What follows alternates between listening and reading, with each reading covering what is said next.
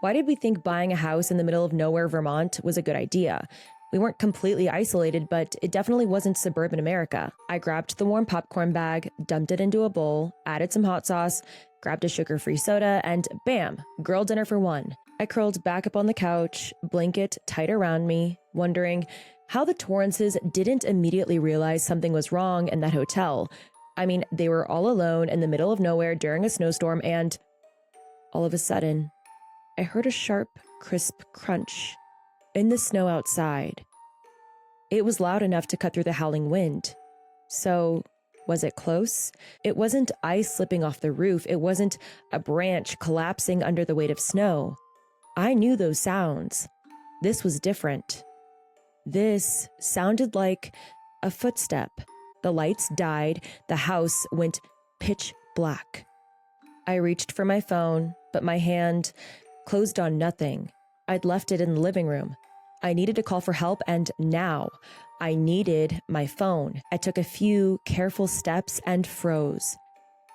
What is that? A tall, shadowy figure stood in the center of the bay window, as if it was looking into the house. Everything was so dark, I couldn't make out who or what this was.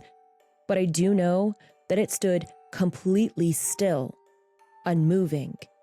My body lit up with fear, but before I could move, I heard a faint chiming sound. A familiar chime I've heard hundreds of times. My ringtone. My phone was ringing somewhere, but where was it?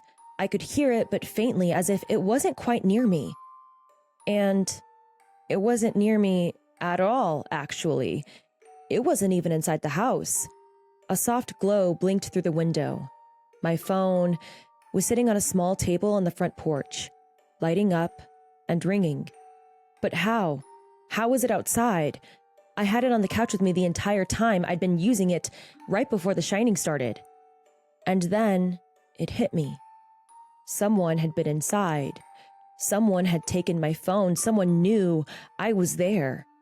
I quickly looked back at the bay window, and the figure was gone.